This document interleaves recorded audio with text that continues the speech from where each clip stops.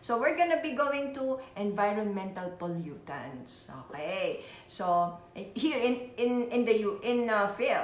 Phil, you can see them everywhere. You know, the garbages left and right. You know, the waterways. Waterways, the burning of the fields, you know, and these are important Smoky aspects. Mountain. Okay.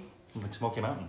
Smoky Mountain, yeah, the plastics, you know, you just throw them everywhere, and you do not know that this has actually a great impact. It has a great impact on our health in the community, and personally, you know, to yourself and to your child as well. So you don't think that it doesn't have any impact, but it does. It really does affect. That's why, you know, so many of these things are pollutants, but then we have the persistent organic pollutants, the things that do not break down, you know, within the soil, that bioaccumulate in our bodies.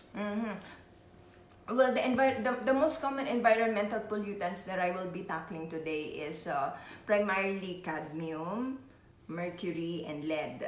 Okay, so we're gonna go to cadmium first. Now, cadmium, it's typically found if you're smoking, in the tobacco.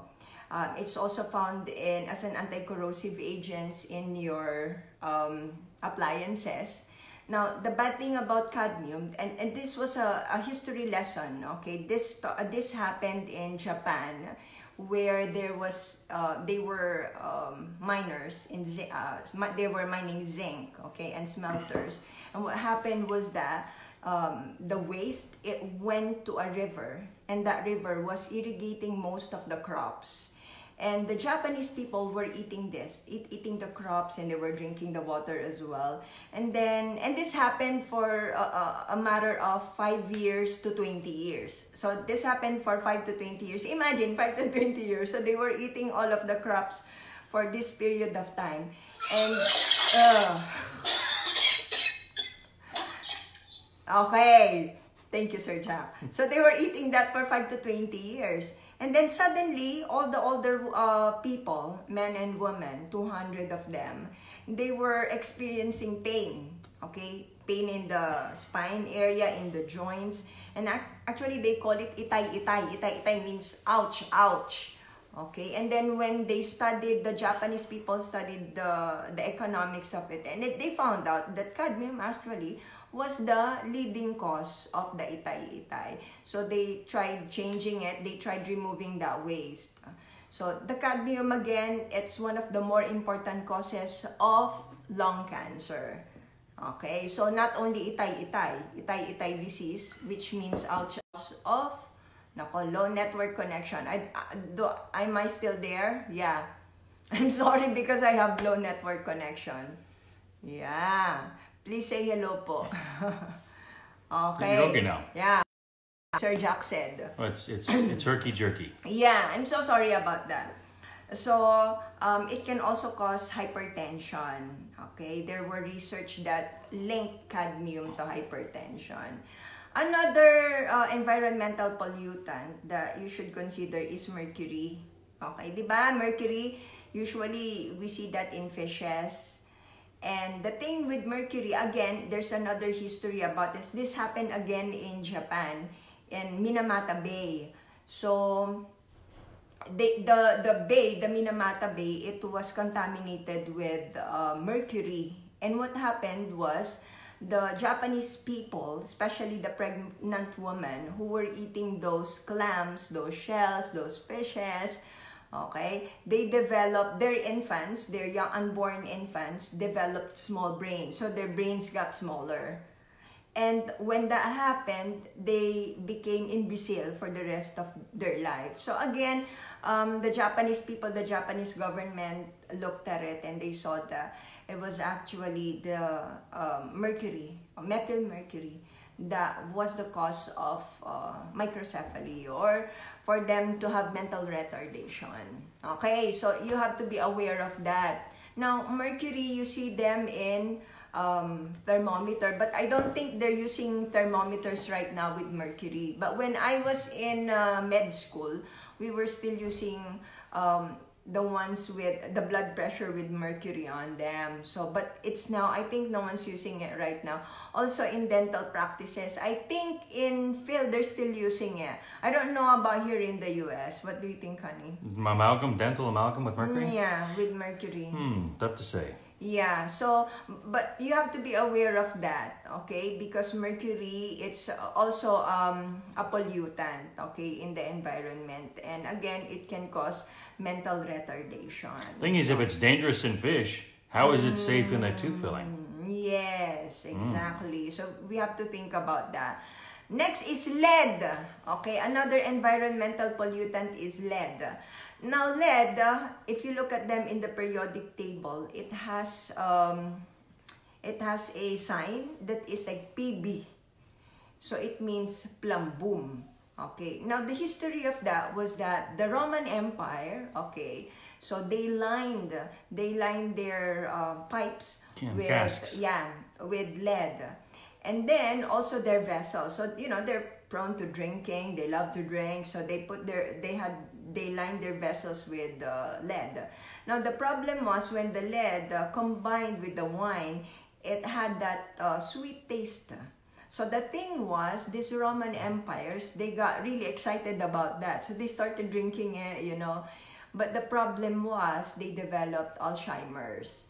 So that's also one of the reasons that contributed to the demise of the Roman Empire. It wasn't called Alzheimer's back then, though. Yeah, it wasn't called. Probably it was a different name back I think it was called Old Timers. Old Timer. Back then.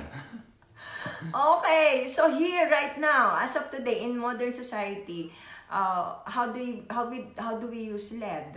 How do we use lead, honey? It's often been used for soldering of pipes. Okay, and you can also use it. The most popular is in gas. Yeah, diba? Leaded gas. And now after that, there was an unleaded gasoline. Okay. Now the thing was with this lead, 2/3 of which is actually disposed of into the environment through the exhaust pipe. So imagine if you live in a place near the highway, so all of those grasses that are growing there, they're actually toxic for animals to eat. They have lead dust. There was an incident in England, if I remember, and here also in the US, where most of the cows that fed on these grasses that were exposed to lead, they died. So imagine, and then you're breathing that in. Especially there in Phil, right? Because it's just too congested in Manila, di ba? Also in paint, Ate said, in paint, and our children are chomping on lead. And then it can cause mental retardation. You know, there was a research about it, and they looked at the IQ of those children, and those children that chomped on the lead, the toys with lead on them, their IQ went very, very low. Is that why my mom used to give me lead toy soldiers to play with? Probably Sir Jack. I think I've consumed a lot. Has been eating a lot of lead. Toys. Okay, toys with lead on them. So it's very important. You know, these are the environmental pollutants that you should be aware of. Now, in the household, in your house, what are the most common environmental pollutants in your house? Benzene, formaldehyde. Okay, formaldehyde. How did we had formaldehyde in our house? I think it's because in the ones that they're using right now, the furniture, yeah. Sir Jack can explain it to you better. The ones that they use for the pressing of the board, because what they do is with the furnitures right now, they're not solid wood. They're actually like dust. Particle board. That's what Sir Jack said. And they use formaldehyde. Formaldehyde is part of the binding agents.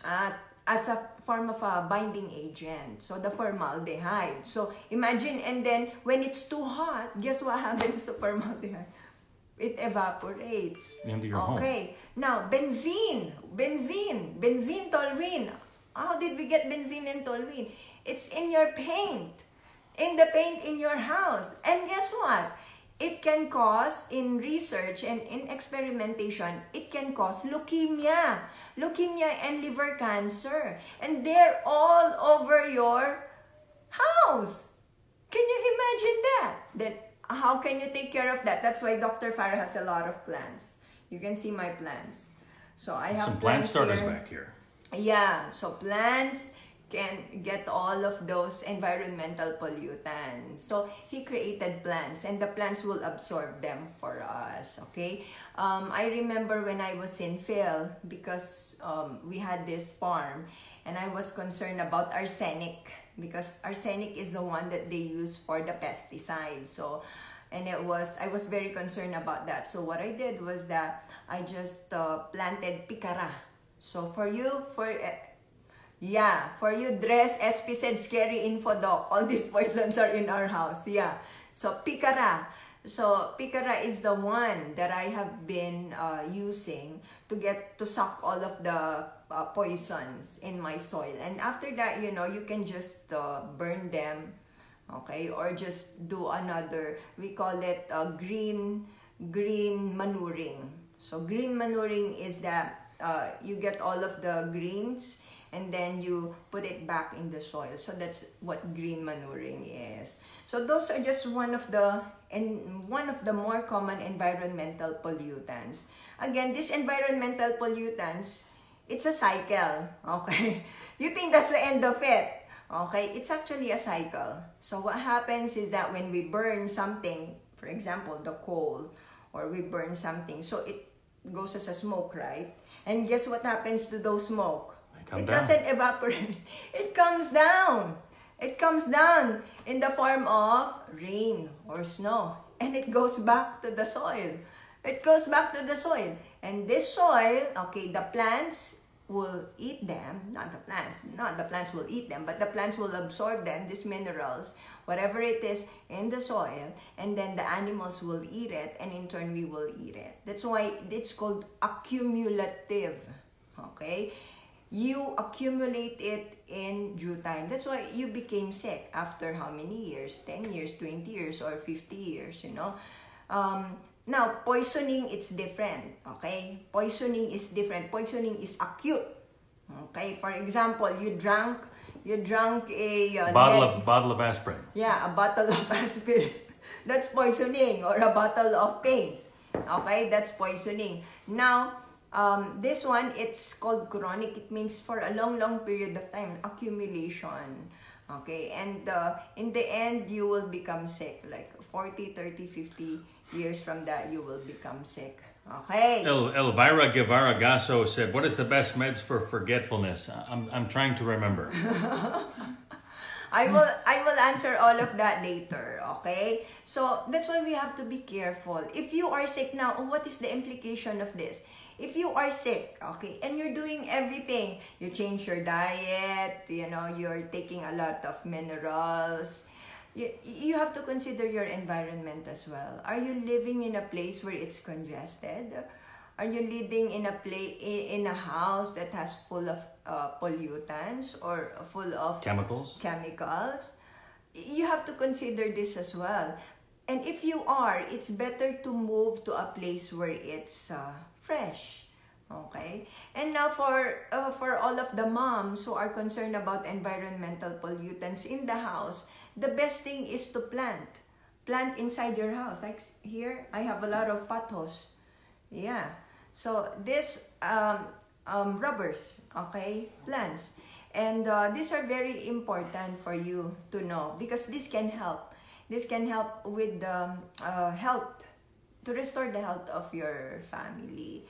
Okay, so that's it for the environmental pollutants. I hope you learned a lot. Yeah, Kumisol said, kaya nga pati food natin. Yeah, that's why we are all sick. And we know the reason, okay? It's not something like magic, you get sick or because someone was upset with you or probably a dwarf was upset with you one time. No, we are sick because we know it.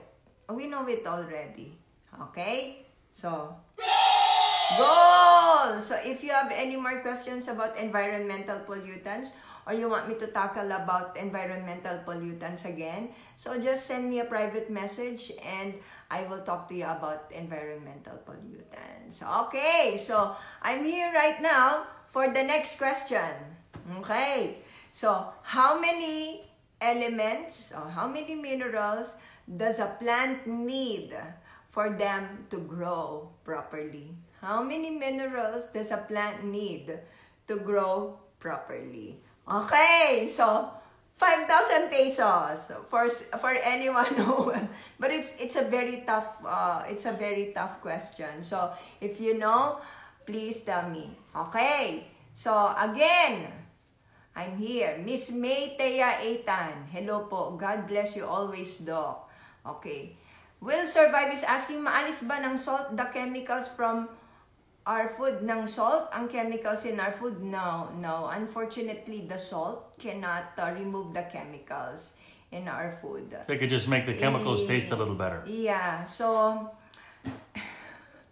I wish there's a positive answer like that. There's really no positive answer. If we put a lot of agriculture, if they call it agricultural sins because of our sins, because of the impartiality. No, Nilo, no. Because of the fertilizers that we have been putting in the plants, okay? And then it's called toxic chemistry, toxic rescue chemistry. So these are, you cannot do anything about that if it's an environmental pollutant. So Sir Jack was asking because Sir Jack doesn't know also. Well, you're right. Of course I know. How many minerals? Of course I know. Okay. So Lori Garcia, no, it's not 7 minerals. No. It's far. I think the only one that can answer that are the scientists, really. Well, somebody will get it eventually, but if anyone who's saying any number under 50 is wrong. Yeah, any number under 50 is wrong. Okay. Sinasabi ko na po, any number under 50 is wrong. How many minerals does a plant need to grow properly? So it doesn't really, you know, if a plant has nitrogen, phosphorus, potassium, yeah, if they have NPK, what you call them, they can grow. They can grow, but it doesn't mean that they can function at their optimal on their optimal level. Okay, so it doesn't mean that if they have NPK. Any number under 50. Any number under 50 is wrong. Okay. So, no. Shalom. Hello po, Sir Francisco B. de Guzman. Hello po sa inyo. I miss you already, sir. So, I wish I can go back and talk again because Sir Francisco is the one who's organizing a lot of talks. And it's all about socio-economic. It's about no RC Gonzalez, no. So you're getting closer. I miss you, Sir Francisco. Yes. No, not 1,000. No, Junas, Tata Melano. A few too many, Junius. Yeah, no, I'm so sorry. Ruby and Gamia, you're Malapit close. na ako, Mison! Malapit na ako, Mison! No, she's close. She's you're close. Okay? How many minerals? Google. How many minerals does a plant need? Okay. To properly grow. Okay. So, malapit ka na kumisol, but it's there. Okay. It's almost there.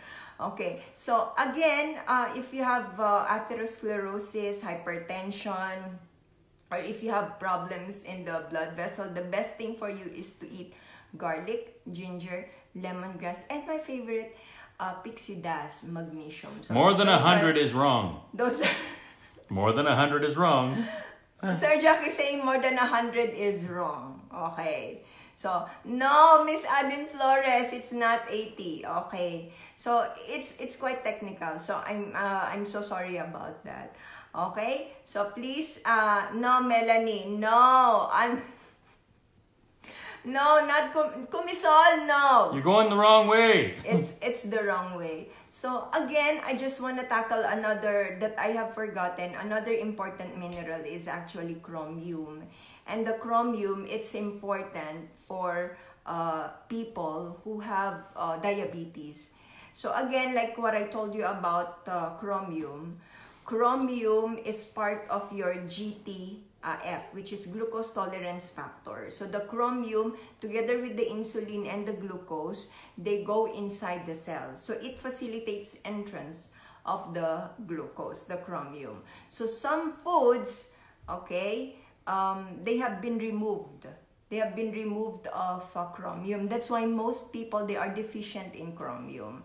So the chromium in our body is important, so we would not develop atherosclerosis and diabetes per se. So chromium is one of the more important minerals that you should consider if you are sick. Okay, so any lucky number, honey? Not no. yet.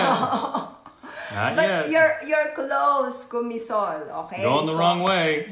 Yeah, so another important mineral is cobalt. Okay, now cobalt is important in the RBC production and RBC maturation. And the cobalt links your metals and your non-metals inside your body. Okay, so if you're familiar with cyanocobalamin, vitamin B12, that's where the cobalt is mostly found in our body. So again, it's one of the more important mineral. How about copper? Okay, now copper is important in the redox reaction, oxidation and reduction reaction in the body. Like for example, Finally. Finally daw! Kumisol Cruz finally guessed after Kumisol got the 10,000. And then Kumisol got again the 5,000. 93. Yeah, it's 93 minerals. Imagine 93 minerals for a plant to grow. Properly. That's how important minerals is. And Sean, Crisa Testado won 5,000 pesos. So, tapos na, Kumisol. Tapos na kin Jaya, hindi kayo nanalo. Okay? So, another important mineral that I want to talk about is copper again. So, it's a redox reaction, reduction, and oxidation. So, if there's a bacteria, copper has the capacity to kill them. So, that's why copper is also very important. Okay. So, those are just the basic. Again, we have 93 minerals. So, including there is polonium, radium, tellurium, germanium, strontium. So, marami po yan. If you look at the periodic table of elements, it's all there. So, you can look. If you're very interested with minerals, okay. If you're very interested in minerals, just grab a book. It's very interesting for me. I think the source of our woes and also the cure for all of our woes is in the soil. And we have to take care of the soil. A sick soil cannot cure a sick person. A sick plant cannot cure a sick person. Put that in your mind. A sick soil cannot have a sick sick soil can't make a healthy plant. Can make a healthy plant.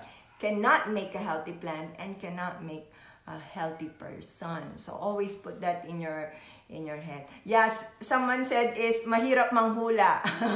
Lily Diego Toralba said, yes, it is. But again, I hope that you will be encouraged to find wisdom and understand. It's very important that we know all of this, especially as kasi we are parents. You know, me, mama ako, I'm a mom. So, you know, I have to be very aware, okay, of what's happening in my environment. Okay, so Jacqueline, CKLE, informative, live, and educate na naman ako. Thank you po, Doc. You are welcome always. Yes.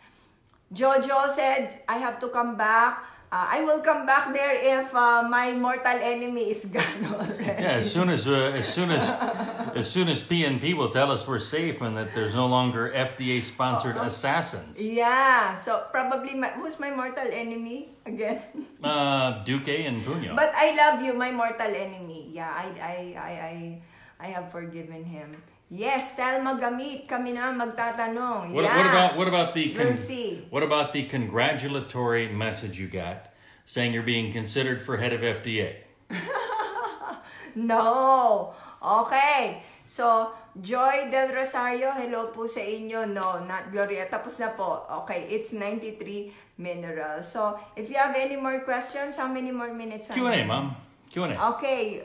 If you have any questions, I can answer them like for a couple of more minutes. Okay. Jack Gaking Lasam, new learnings. Yeah, I hope you learned a lot. Yes, Michelle Maongka, thank you very much po. You are welcome. Yes. And Adin Flores was ha ha ha, true. Yes, replying to Lily. She's not replying to me.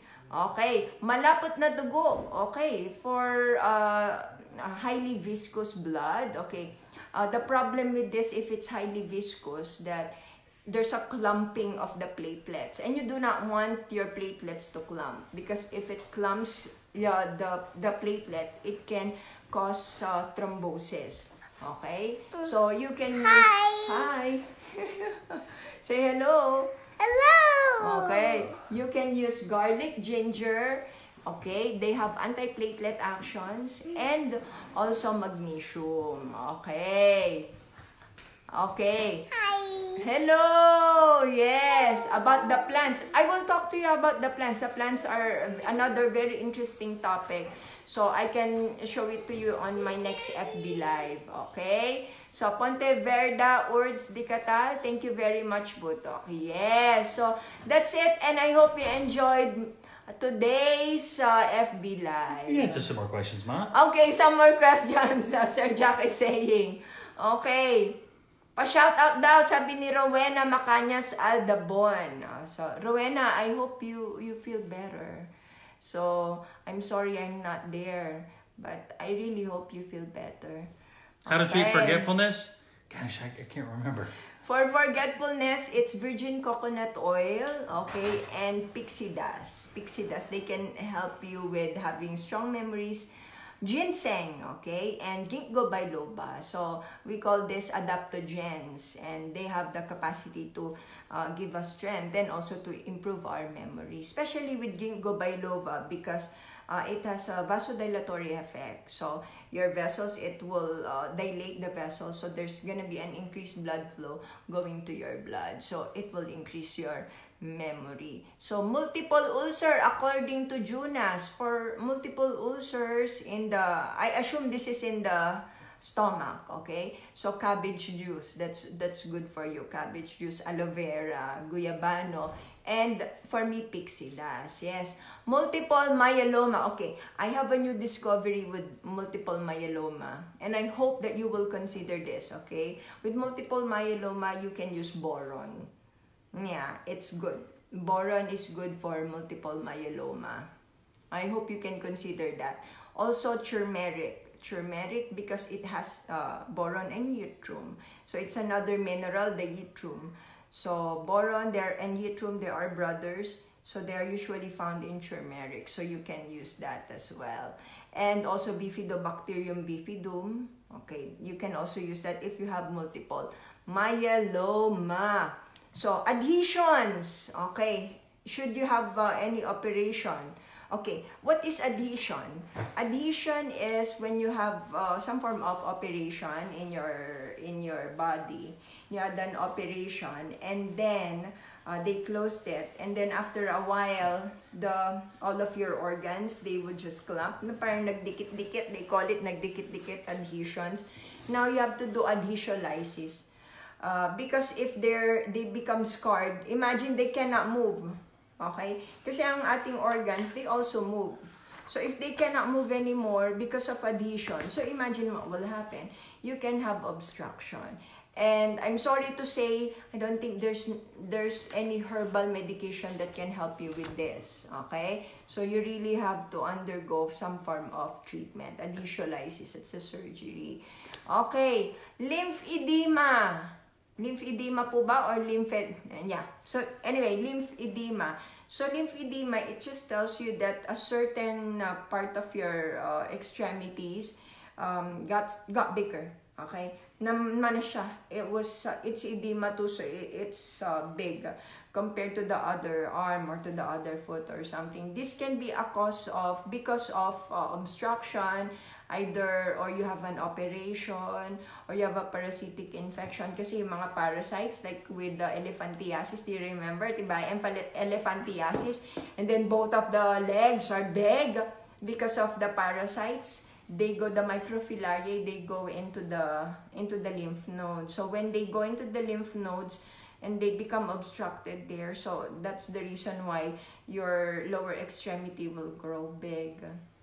And now, if it's the elephantiasis, if it's a form of filarial infection or parasitic infection, it can be cured, okay? So, but if it's an operation, due to an operation, like if you have mastectomy, so you have an MRM, so they remove most of your lymph nodes, there's really no cure for that. You can only do compression. Okay, you can have eggs, you can eat eggs, and also lemongrass. So it's more of a diuretic effect to help release all of the water in that affected area.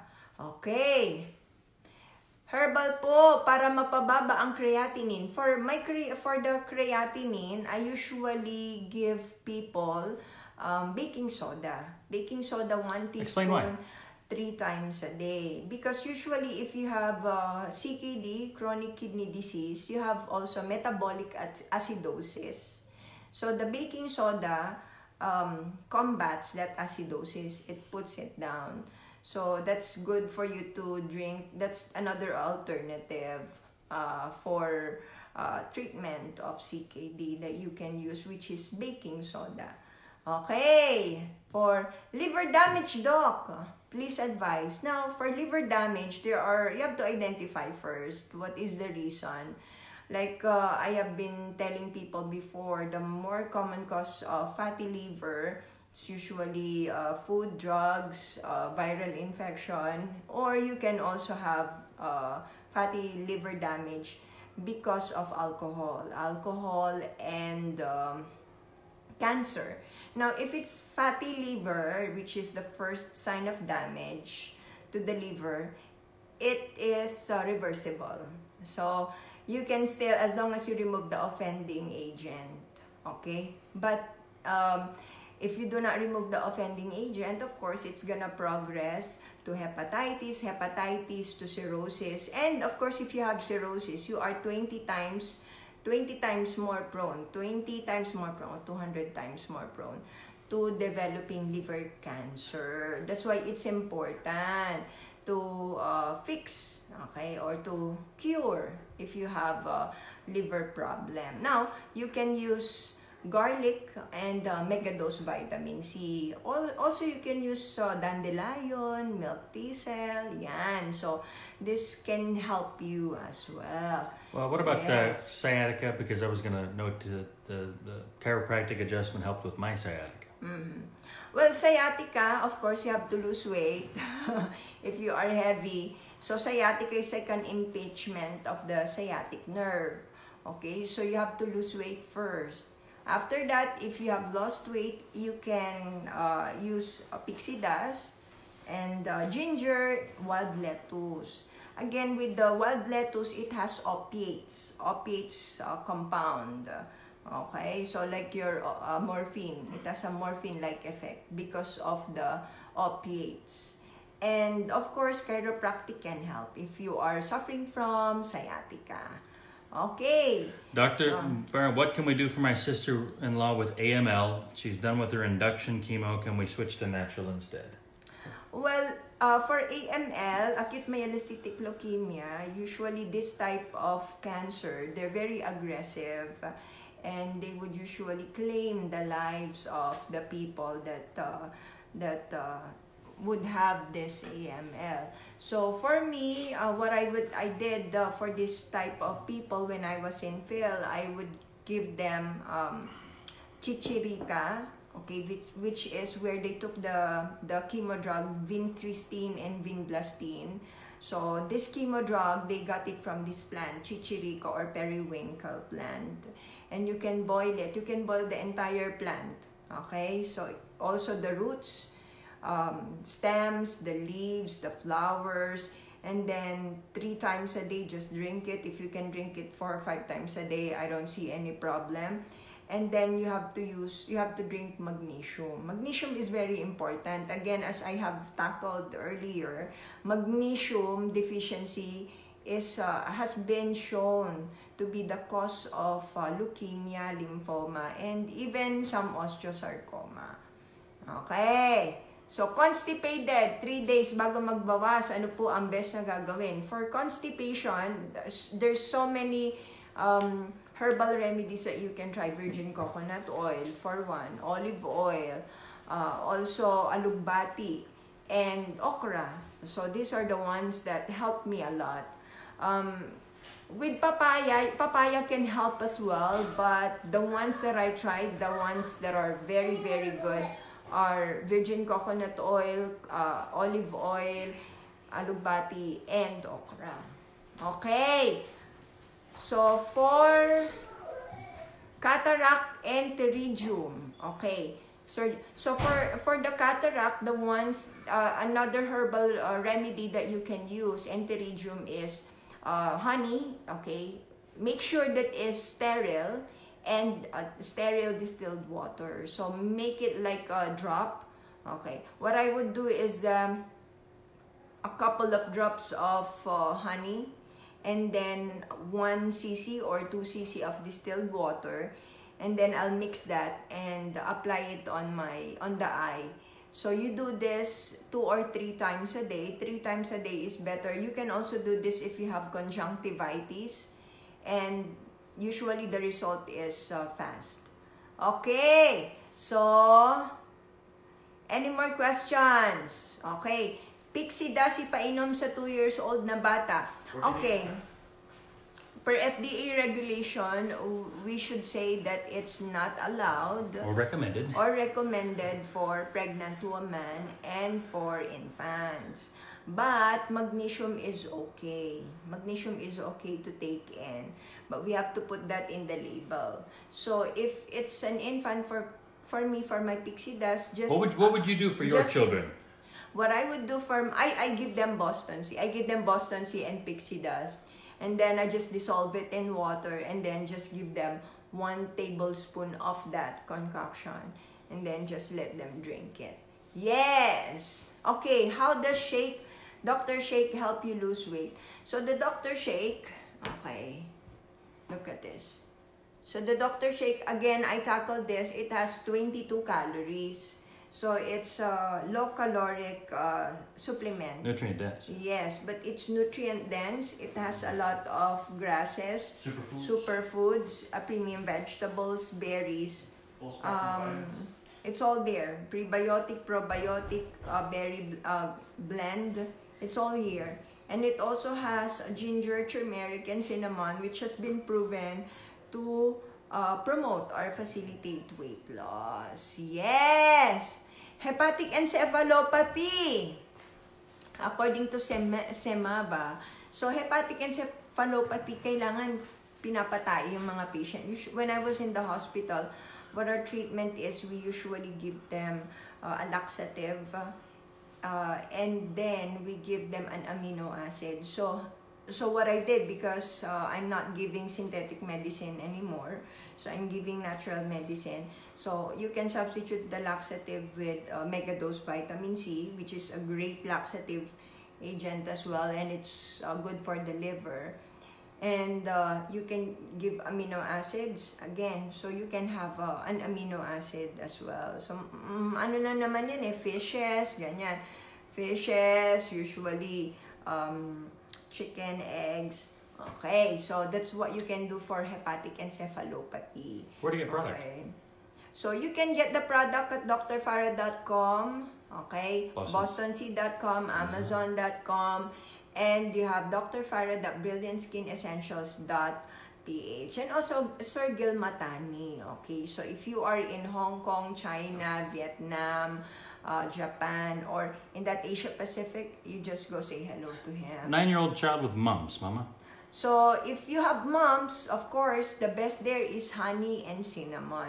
For any viral infection, do not reach out for an aspirin. So if you have a child and they're having fever, do not reach out for an aspirin, because there's this certain syndrome, and it's a lethal syndrome. It's called Rice syndrome, and it can affect the liver and just kill an infant or kill a child. So do not reach out for an aspirin if your child is sick. The best thing for you to do, as a parent, if it's viral or whatever it is that they're having fever, what I can do for me is I give them ampalaya leaves, 1 tablespoon, 4, 5, even every hour. It's not gonna harm them. And also honey and cinnamon. That's the best thing to do. Okay? So dystonia, you can use, again, my favorite, if it's available there in your country, but here in the US, it's available. It's cannabinoids, CBD. So it has a calming effect, and it also decreases the incidence of physical dystonia. Okay, so that's it for today, and thank you very much. Again, congratulations to the winners, and please watch out again for my next FB Live. Thank you very much.